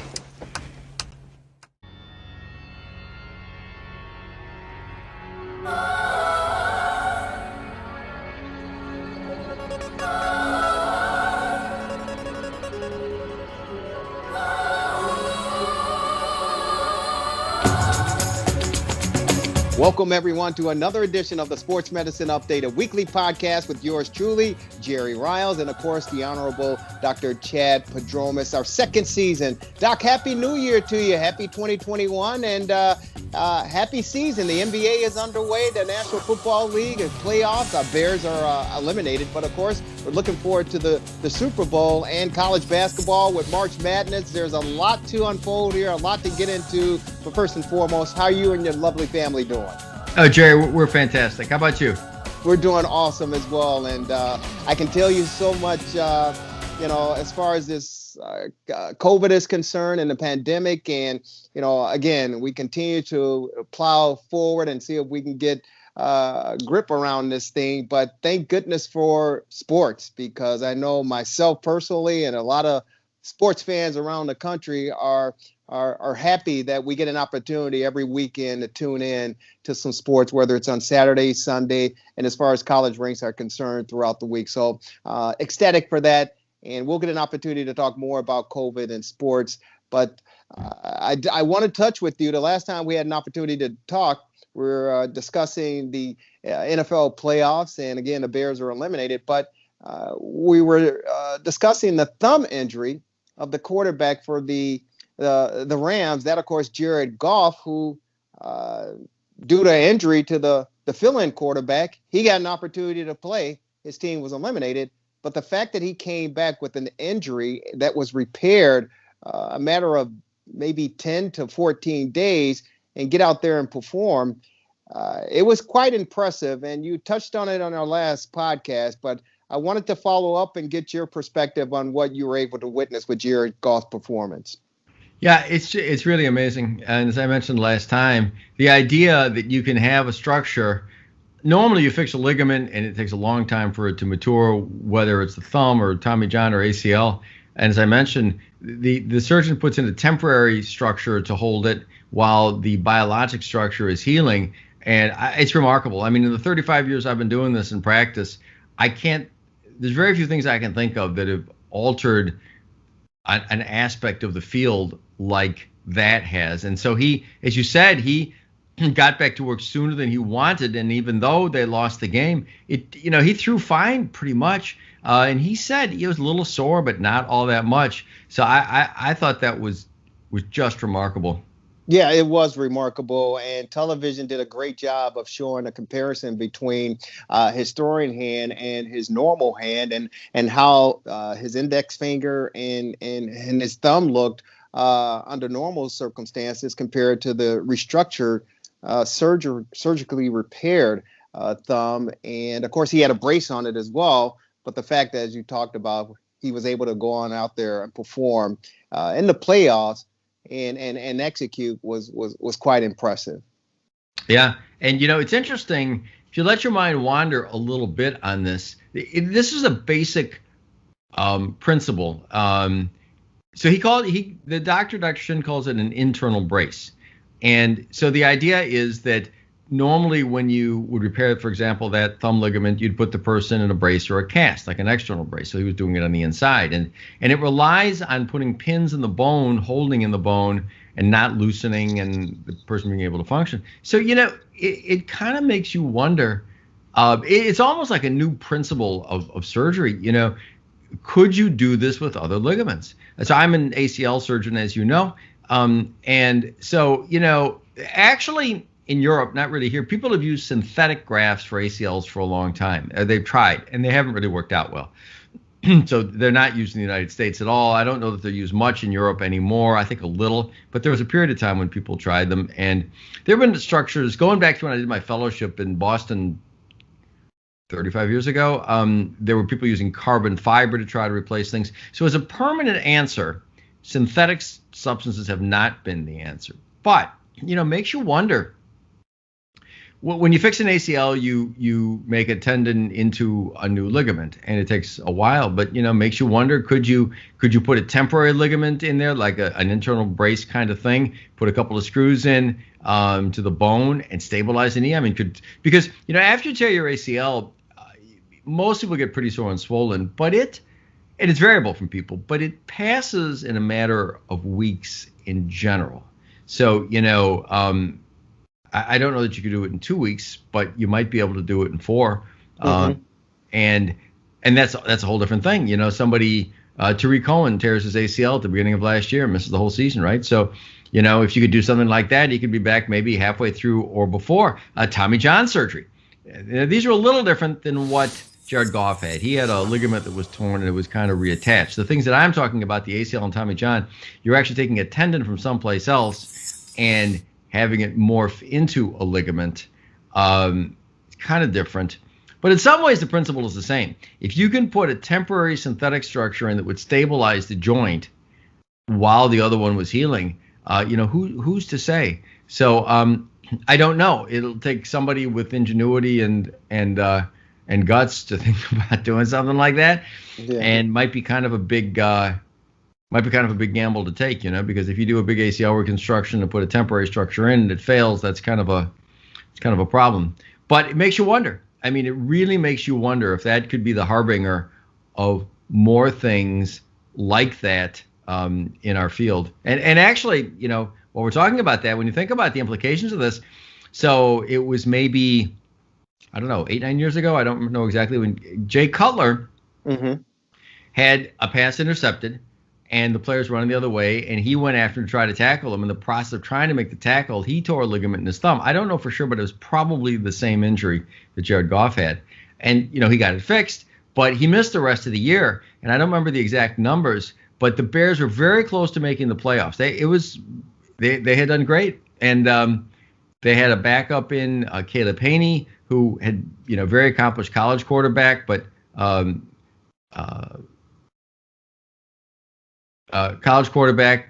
for whatever reason, the Bears just weren't able to get over the hump, and they just barely missed the playoffs. So, you know, you wonder if that were today, maybe he could have gotten back in a couple of weeks. Maybe history would have been different. The whole, you know, because he was up and down with the team, obviously, and that was an up year, right? So who knows if they'd have made the playoffs and he'd come back, maybe everything would have been different. I don't know. But it's not an uncommon injury. You know, Rajon Rondo, I think, had the same thing that did with the Bulls. They were up 2-0 in the playoffs against the Celtics. Remember, they were doing great. Right. And they lost when they had Dwayne Wade and Jimmy Butler. And he went down, and I think they lost the next 4. I don't remember, but I know they lost. So I don't know. That probably wouldn't have allowed him time to get back for that series. But it's not a rare injury, and it's just a sea change in how it's handled. You know, it's interesting, Dr. Chad Prodromer's the Sports Medicine Update, a weekly podcast. It's interesting how much of it is a doctor's, ingenuity to test the waters or go beyond, and how much is it the athlete himself that, or, you know, when you talk about professionals, ownership pushing the envelope, so to speak, to venture into the new age of medicine. So I guess basically what I'm asking you is, how many times with an injury such as this, you talked about Jay Cutler and you talked about Jared Goff, how many times, and we talk about the ACL and the evolution of that injury and repairing it, how much is it, does it take for medicine to catch up with, you know, what we want as humans to get back out there and perform? So I'll tell you, it's a complicated question, particularly with professional athletes. And so the main answer to your question is it the players, the ownership, is the doctor? This is entirely on the doctor, because nobody, I don't know who Dr. Shinn did his first one on, but nobody expects when you get that injury that you're coming back right away. And so, again, I don't know the circumstances of how he finally decided to do it, but I think it's probably something like him saying, well, we can try this. And I don't know if he did any other studies on animals or anything else, or cadavers. I don't know. But it might have been something like saying, well, we can try this. I can't guarantee that it'll work. You're taking a chance. It's experimental. And if you want to go for it, I can try. But I'll tell you, it's a really difficult, speaking as a practicing surgeon, it's a really hard thing to do. Because then you say to yourself, well, what if it didn't work? You know, what if? So that ligament tears, you sew the ligament together, and then you put this other strap thing in with a couple of pins. Well, if the pins pull out, or it doesn't hold. That's one thing. But if that happens, the ligament you repaired is going to get torn a second time. And if that happens, the chances of being able to repair it with as good a result are probably less. So you're kind of playing with fire, right? Because you could try this, and if it doesn't work, then you go back in again and do the conventional operation. And you're probably taking a chance that he'd never come back, that the ligament would be so messed up that you couldn't fix it. So I have to tell you, I admire the heck out of Dr. Shin for doing this. It not only was smart, but it takes guts. And, in our field, rightfully so, you just don't go doing things because you think it might be a good idea, right? You don't go, you have to have good reasons if you're going to have some innovations. If you do a procedure that results in somebody having a permanent problem, it's a hard thing to live with. It's hard for the patient. It's hard for the surgeon as well. So I think I can't think of another area. I mean, because again, I've been doing this for 35 years. I started my orthopedic residency at Rush in 1980, my sports medicine fellowship at the Mass General in 84. So that's 40 years, right? And the other things that I've seen, I fixed ACLs. When I first started, we did this huge operation, big incisions, hospitalized, pretty good success. And, I was among the people in the era that was kind of developing a minimally invasive thing. And in my case, this was the late 80s. So, that's pretty significant. But, so the advent of arthroscopy was a huge change, but that was before. And we've refined our arthroscopic techniques. But I mean, I honestly, the common sports medicine injuries, meniscal tears and ACL tears and labrum tears, there have been refinements in technique in the era of arthroscopy, but this goes back to the 80s. But I can't think of anything else, honestly, where you would so totally change the paradigm of treatment that something that would take months to get better gets better in weeks. It's quite an interesting venture as far as witnessing what Jared Goff went through with the surgery and being able in a short period of time to recover, so to speak, and get back out there and perform. As a layperson or a weekend warrior who may have experienced the same type of injury, is it recommended from a medical standpoint, from a doctor's perspective, to let the procedure, let it heal and take the time to get it back as close to normal as possible, as opposed to rushing, within 2 weeks to get back out there to perform your task? I don't know. I mean, if you had that injury, and you were in a sport, I mean, if it were me or if it were my, son or daughter or whatever, I would probably, I mean, it kind of depends. See, there's a little more to it than this too. So, as I recall, and I haven't read this literature closely, but as I recall, the results of doing it quickly with the internal brace versus not, I think it's been studied, and I think it's the same. So, yeah, I mean, why not do it that way? I'll tell you what happens, though, is that, see, surgery is a funny field. It's surgeon dependent, a lot of things, right? I mean, so Dr. Shin doing it is one thing. But somebody who had never done it, only doing it once or twice and trying to do it is another thing. So when you're doing something that's new, it's important to make sure that the person who's doing it has some experience with it. I mean, if it were me, I'd probably go try to find him or somebody who had done a lot of them, because, having somebody doing it for the first or second time who just read about it, is your chances of not as good a result are probably greater.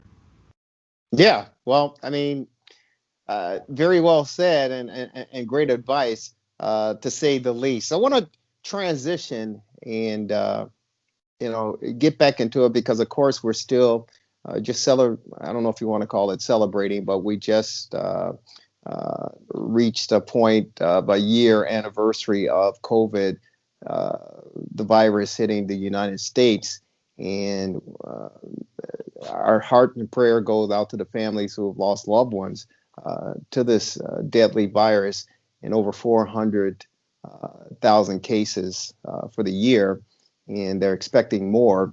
But the big issue, and I started off the podcast saying that I was happy that we as sports fans get an opportunity to watch, any particular sporting event every weekend, because it takes our mind off of what our everyday experiences are. There are many skeptics out there, I included was one of them, that didn't think that, one, we wouldn't get through the baseball season. And of course, we see the World Series champion Los Angeles Dodgers. I didn't think we'd necessarily make it through the NBA, although they went into the bubble. We see the Los Angeles Lakers with the NBA title for last year. And of course, I certainly didn't think we'll make it through the college football. And of course, congratulations to the Alabama Crimson Tide for winning the 2020 national championship, beating our beloved Ohio State Buckeyes. But Doc, I mean, we are we're in the NFL and the playoffs, and the Super Bowl is coming up in a matter of weeks. Despite all the opposition and the negative, skeptics out there, me being one, it's surprisingly that we had few cases and no deaths, and we made it through. And you were carrying the flag, said, "Hey, get out there, let's get it done, and we can make it happen." And you certainly were right. Thanks. Yeah, and I'm glad to have been right about that. And there was some national person who said, somebody's going to die in the college football season, which hasn't happened. And it's I mean, the deaths are a terrible tragedy, obviously, but the other tragedy of this whole episode has just been, not necessarily saying it's intentional, but it's just been the excessive fear-mongering around this virus that has caused worse shutdowns that needed to occur, which have had worse consequences that needed to occur. And I've talked to other physicians who say, you would think from the way it's talked about that it's the bubonic plague or Ebola or something, instead of something that in the overwhelming majority of people does almost nothing, but does obviously causes death in a particular group of people. And so, I mean, I think what happened was inevitable. It's almost a fairly simple formula. I mean, you play, if people get it, they recover, and people are going to miss games, and it's going to be awkward. Some games are going to need to be scheduled and rescheduled, one thing and another. But, I worried a little about very heavy set football players. And the one mortality that I know of, as I mentioned before, was an unfortunate gentleman. I don't know the details, but it's almost a year ago, I think, who was said to be 6'3" and 330 pounds or so, and passed, unfortunately, before the regular season started. And so I worried a little, because being heavy is definitely a risk factor in being male. So I worried a little about that, but that doesn't seem to have been a problem either. So, yeah, and I'm glad. I was reading today, talking to people today about the Olympics. And I think the Olympics are scheduled to go on. What they'll do with fans in the stands, I don't know. But the fact is that these young, healthy people, I mean, there was an occasional death from the flu. So I'm not saying it can't ever happen, but the data is just overwhelmingly that it's safe. And it just makes no sense to not have it. I mean, if you go out there and people get sick and they can't go, then you deal with it. But to penalize everybody for that, I think makes no sense. And even the fans in the stands. I was just reading today that the Super Bowl, I think they're going to have roughly a third of the stadium full, 20,000 some fans. I think 2/3 of those 20,000 are going to be frontline healthcare workers, the free tickets, and then they're going to have some other people. And they're going to take all the proper precautions with masks. And I don't know, maybe they're even required people to have been vaccinated. I'm not sure. But it makes you wonder, now with these games now, they could have people in the stands, and they're outside. Stadiums are huge. You could socially distance. You could require masks. Heck, if you want, limit it to people who've been vaccinated or people who have had it. I mean, you could do that. And it's still not being done. And it sort of breaks my heart, because small businesses are still closing terribly and aren't reopening. And there has been overreach that's worse than it needs to be. And I'm not saying it's intentional. If you're a governor, and I think governors have overreached horribly, but, from their perspective, they see people dying and they're doing the best they can. And so from their perspective, better to overreach and save lives. I mean, I understand their logic and I feel for them too, because it's tough to be a layperson trying to deal with this. And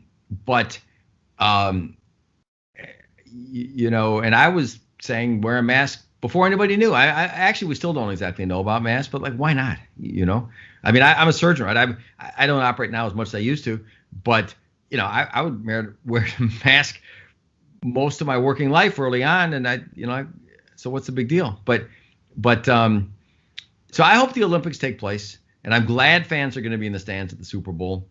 And again, it's an outdoor sport, and so I'm not at all surprised that things have gone well. And actually, there's another layer, and I've talked about this every time we've talked about it, but there's a whole other layer. The vaccine's extremely important, no question. But there are treatments. I mentioned before, hydroxychloroquine that we've done research on, ivermectin. There's no question that this stuff works. There's no question it would save lives. It's being used elsewhere in the world where they don't have the luxury, where they don't have as much in the way of funds. So I'm just hoping that the word gets out, because there are people, you want to vaccinate people and prevent people from being sick, of course. But there are people who are getting it who could be treated with these drugs if there were greater awareness. And again, this isn't intentional, I don't think, things are, I was interviewed in a radio show on a major radio station in Chicago a month ago, about 6 weeks ago, because we'd done these research studies. And the hostess said to me, well, do you think we'll be back to normal by 22? So this must have been maybe early December. And I said, if we do things right, we should be back to semi-normal by early 21.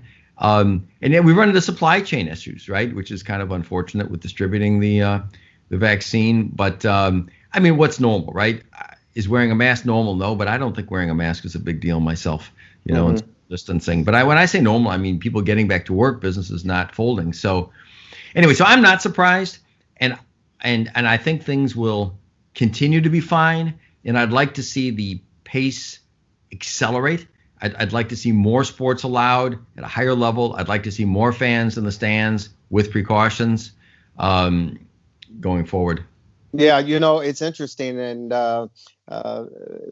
very well elaborated as far as explaining your thoughts and viewpoints on how we move forward. The interesting thing is, and some obviously see it as a setback, is the talk of a new strand of the virus that's hit the United States over the past couple of weeks or so, saying that it's more contagious and it spreads a lot more rapidly. Although fatalities may not increase, it still puts many of those with pre-existing conditions in a much vulnerable state and position. How do you address that regarding sports and the world of athletics trying to get back to some normalcy? So, Jerry, I think that it's probably not a significant thing. It kind of goes back there, and I think it gets back to bad news sells, right? I mean, people getting out there, it sells newspapers. And again, I'm not saying anybody's doing anything bad on purpose, but it kind of gets back to the doctor who I'm sure was well-intended from Penn State, who said that, I forget exactly what he said, but maybe a third of the people were going to have heart problems. Remember that? After 19, it turns out not the case. It was retracted. And I think the thing is being examined so closely. I just don't think that it matters much. And why I think it's important not to get wrapped up in it is I think focusing big picture, if you take precautions, social distance and masks, if you vaccinate the people that should get vaccinated, and honestly, let the people that are healthy get it. So and now it's not even a 14-day quarantine. It's 10 days out of your life. Some of them get pretty sick, but they get over it. And I just hate to see, how shall I say, progress toward normalcy being retarded by being slowed down by things like this. Because I don't think, big picture wise, any of this is going to matter much. And I think that shutdowns are matter a lot. So I'm not, maybe it is more contagious, one thing and another, and but I just don't, and it's not going to be the last time people will come across this. Something else you said is very important.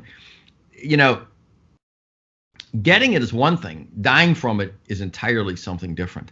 Mm-hmm. And it's the dying from it part that is what really matters. So I don't think, and the tone of it sometimes is, well, we've had this bad virus, and boy, now it's going to mutate, and it will turn into Ebola, and it will turn into the bubonic plague, and it hasn't, and I don't think it's gonna. Yeah, I don't know, and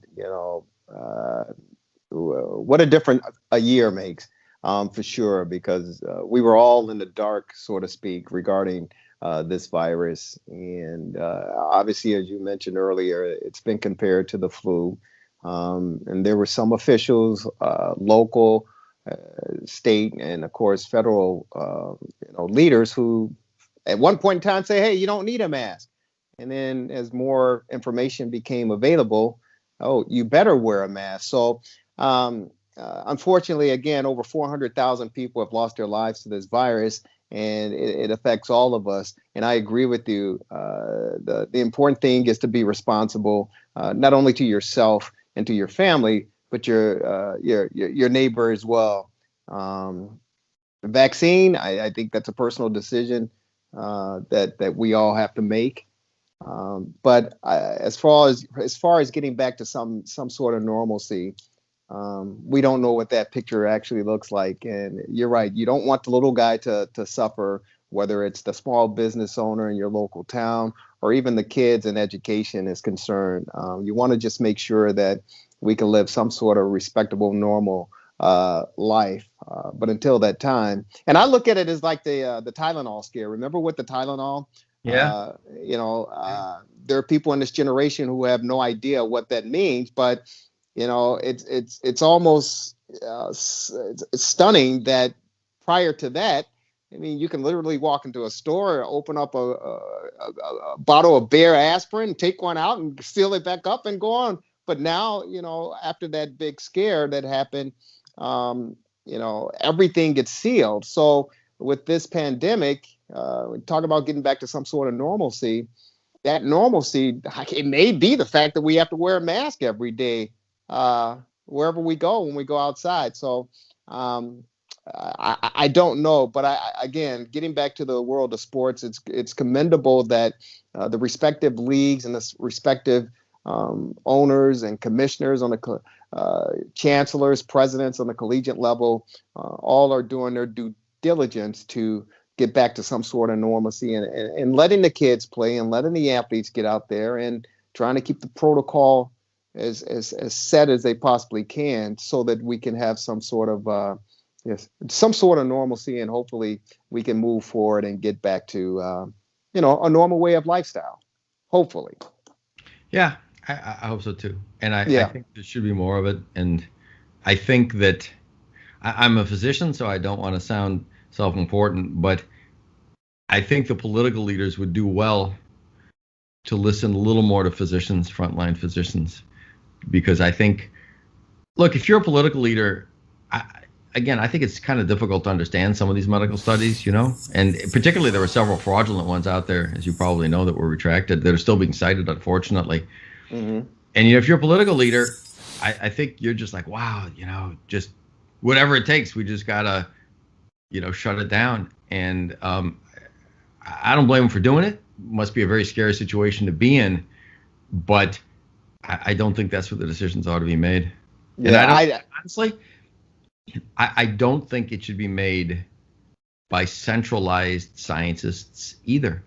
I think it should be made by frontline physicians. I think they have the best handle on risk benefit, what works, what doesn't, how to protect people. So I don't know that that's been the case so far, as much as it should be. So I hope it is more going forward. I hope so too, and I hope that people take more responsibility again personally regarding their health and welfare. I think if you take the responsibility as a human, as a person, for yourself, for your family, and your neighbors, I think we can certainly get past this. I saw a disappointing quote, heard it locally here in Chicago, where a young lady, African American woman, in the Hammond Garry area about a week or two ago, got the vaccine in her 60s, and the reporter asked her, "How do you feel?" And her quote, and I'm paraphrasing the quote, she said, "I will feel much better once I get some McDonald's hamburgers inside me." And my mouth literally hit the floor because she's getting the vaccine to protect herself. But we talked about pre-existing conditions, and no offense to fast foods and McDonald's and all of that, but that's that's a fast food that contributes to the high rate of diabetes and heart disease in the Black and brown communities. And it was sad and disappointing to hear that this woman, that was her mindset.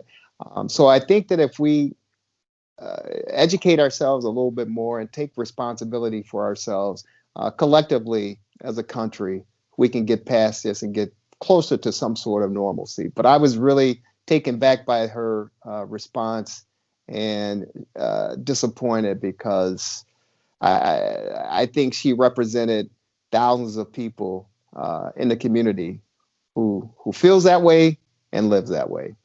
Yeah, it's very sad, and it's unfortunate that it's gotten to be politically incorrect. Like what you're just saying is the truest words you could possibly say, but they have gotten to be almost politically incorrect to say it.